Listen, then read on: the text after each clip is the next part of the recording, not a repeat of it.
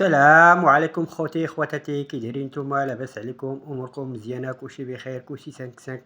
نتمنى ان شاء الله تكونوا جميعا بخير وعلى خير، ودائما تنشكركم على جميع التعليق ديالكم الجميله وعلى الدعم ديالكم. جزاكم الله خيرا. بغيت ربي يحن عليكم ويشفق عليكم ويعطيكم ونوتو بخاطركم، والله يخلي لكم وليداتكم ويعطيهم النجاح ويحفظهم من شر الخلق، والله يشافي جميع المرضى والله يرحم جميع موتانا. اليوم حبيت نشارك معكم هاد الغريبات الكاوكاو بالشكلاط تجي معلكه من داك الشر على الاخوه، لان بزاف ديال المبتدئات والمبتدئين ما تتنجحش ليهم هاد الغريبه هادي، وغادي نعطيها لكم بجميع الاسرار ديالها.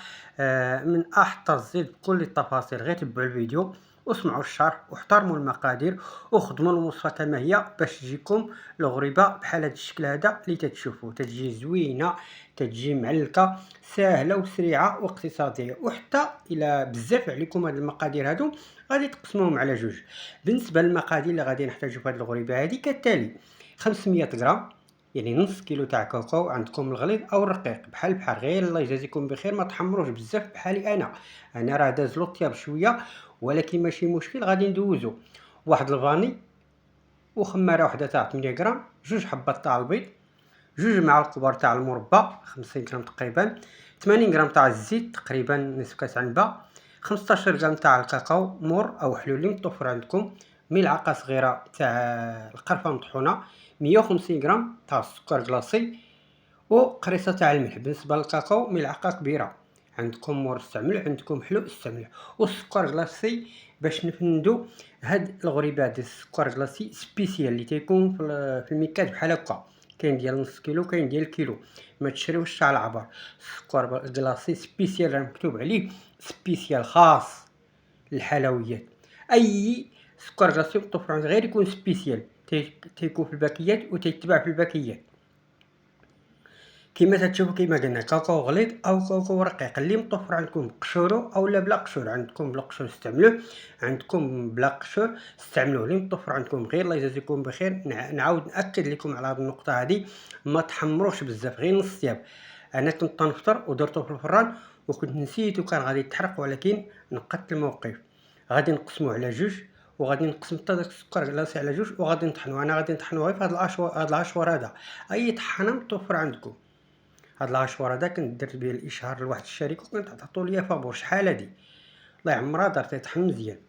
مع التسميه ديالو ما عقلتش على كرافت، وقيله كرافت هو السميه ديالو. تيطحن مزيان وفيه جميع الامواس، وتعطيكم مواس بجوج مرات. راه باقي عندي مواس جداد اخرين باقي كاع ما استعملتهم.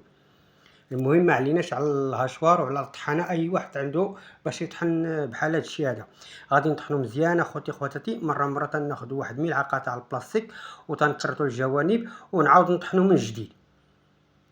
الا بغيتو تستعملوا نتوما بغيتو تجربوها، جربوا الرابعه تاع كاوكاو يعني 250 غرام، وقسموا المقادير على جوج.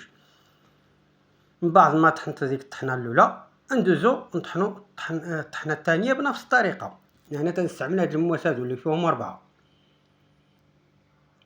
كما قلنا بنفس الطريقه. كاوكاو يكون نص هاد شويه بقشورو او لا بلا قشور، وممكن لكم يعني تحضروها تاع اللوز. الا بغيتي نشارك معكم غريبات اللوز بحال هادي بطريقتها قولوها لي في التعليق وانا نشاركها معكم.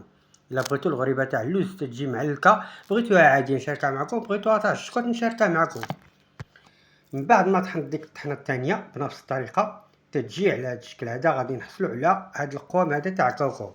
يعني مطحون ما يكونش عاوتاني مهربش، يعني نطحنوه شويه كما تشوفوا. صافي دابا غادي ندوزو باش نضيفوا المكونات اخرين. تبعوا الفيديو سمعوا الشرح. غادي نجيب داك الكاوكاو نغربلو، لان بعض المرات تيكون فيه دوك حبيبات ما تيبغوش يذوبوا. نتوما بغيتو تستعملوا كاكاو مور استعملوه، بغيتو تستعملوا كاكاو حلو استعملوا كاكاو حلو اللي حبيتو. ملعقه صغيره تاع القرفه، جوج معالق كبار تاع المربى، ممكن لكم تعوضوه بالعسل، خماره وحده تاع 8 غرام، وديروا داك الفاني، و 80 غرام تاع الزيت، ممكن لكم تستعملوا الزبده دايبه. غادي نهرسوا بيضه وحده والثانيه غادي نهرسوها بالزلافه وغادي نحركوها مزيان، لان هاد البيضه وحده يقدر نضيفوها كامله، يقدر ما نضيفوهاش كامله. ونزيدكم كاوكاو ما طحنوش الا كان سخون، كاوكاو خليوه حتى تيبرد مزيان. الله يجازيكم بخير. كاوكاو خليوه حتى تيبرد مزيان، عاد طحنوه، لان الا طحنتوه سخون يقدر يولي لكم بحال املو، يقدر يتعلك لكم. خليو كاوكاو ديالكم حتى تيبرد مزيان. بالنسبه لهاد البيض هذا غادي نضيف فيه دفعات، يعني ديك 2 بيضات غادي تبقى منه تقريبا واحد ملعقه كبيره. يقدر كاع تستعملوا 2 بيضات كاملين على حساب البيض، لان البيض تيكون كاين صغير كاين متوسط كاين كبير. المهم 2 بيضات متوسطين ديروهم كاملين، 2 بيضات متوسطين ديروهم كاملين. غادي نحصلوا على واحد العجينه رطبه معلكه تتعلك لينا في يدينا، تتلصق لينا في يدينا بحال المعجون تاع التمر. غادي نغسلوا يدينا ونرجعوا للعجينه باش نشوفوا القوام تاعها. كما قلنا 2 بيضات غادي نحيدوا منه واحد ملعقه كبيره تاع البيض، تنحصلوا على هذا الشكل هذا. خص العجينه تكون رطبه تكون معلكه وتجينا سهله باش نشكلوها. المهم كلشي واضح كلشي مفهوم. اللي ما فهم شي حاجه يعاود يكتب لي التعليق وانا غادي نجاوبه.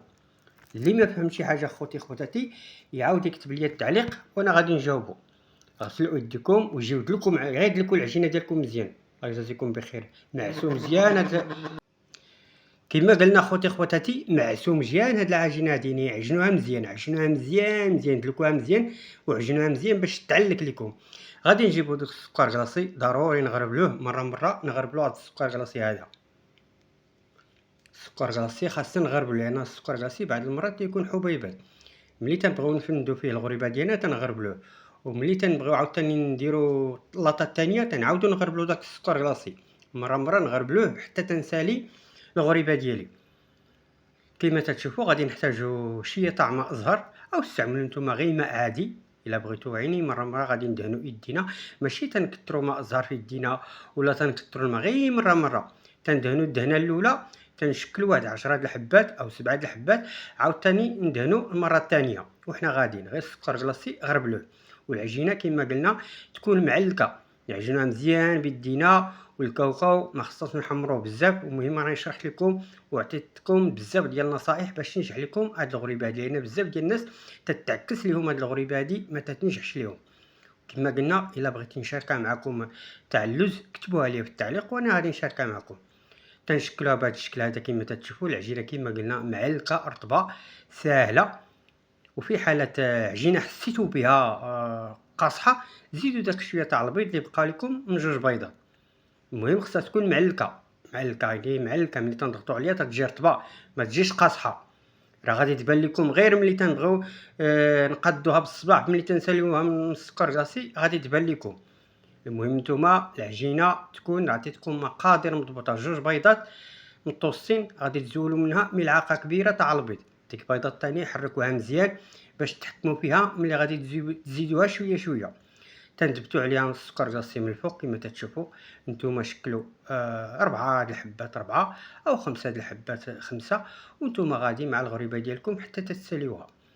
غير الله يجازيكم بخير الا كان عندهم فران صغير بحال ديالي تصيبوا غير لاطه وحده حتى تدخلوها الفران وطيبوها تشق، عاد بداو في الثانيه حتى تشوفها قريبه تشق، عاد بداو في الثانيه. ما ديروهاش بجوجهم لان يقدر يشرب لكم السكر كلاصي. لان ملي تنديروها ونحطوها تبقى مده طويله داك السكر كلاصي يقدر يشرب. نتوما صيبوا 4 د الحبات 5 د الحبات حتى تتساليوهم فندوهم مزيان بالسكر كلاصي.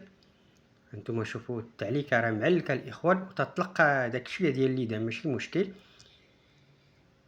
وما تكثروش ماء زهر في يديكم، يعني مره دهنوا يديكم حتى تشكلوا 5 د الحبات 10 د الحبات 8 د الحبات، عاد ديروا عاوتاني دهنه. ماشي كل مره دهنوا يديكم لا، لان داك ملي تنكثروا داك السكر كلاصي بزاف تيشرب لينا داك. ملي تنكثروا داك ماء الزهر تيشرب لينا داك السكر كلاصي. تنفندوها مزيان في السكر ونثبتوا عليها السكر من الفوق كما تتشوفوا، يعني نديروا لها السكر من الفوق ونضغطوا عليه. وحنا غاديين مع العجينه ديالنا حتى تنساليو. والمقادير راها مضبوطه، ومن طبيعه الحال راه غادي نحط لكم مقادير صندوق الوصف. ونزيد نذكركم اللي ما فهم شي حاجه في هذا الفيديو هذا يكتبوا لي في التعليق. وراني شعلت الفران ديالي من الفوق ومن الاسفل لدرجه حراره 170 180 درجه. هاد الغريبه راه تتبغي الفران سخون، ماشي حتى تدخلوا على الفران عاد تشعلوا عليه. هذا راه غلط كبير. الغريب بحال هادو تيكون الفران موجود سخون 170 درجه، خص يكون الفران موجود 170. تندخلوا عليها الغريبه ديالنا باش تجي مشقوقه وتجي من داك الشرفيه، ماشي غادي ندخلوها على فران بارد وتجي يابسه وما تشق ما والو. تنديروا واحد الضغطه خفيفه كما تتشوفوا، ضغطه خفيفه كما تتشوفوا انتم. السكر راه سير شاد فيها، والفران ديالي راه موجود 170 من الفوق ومن الاسفل. بالنسبه للاطه الثانيه ما غاديش نصيبها حتى تتشق هذه، حتى تبدا تشق هذه عاد ندوز للاخرى نصيبها.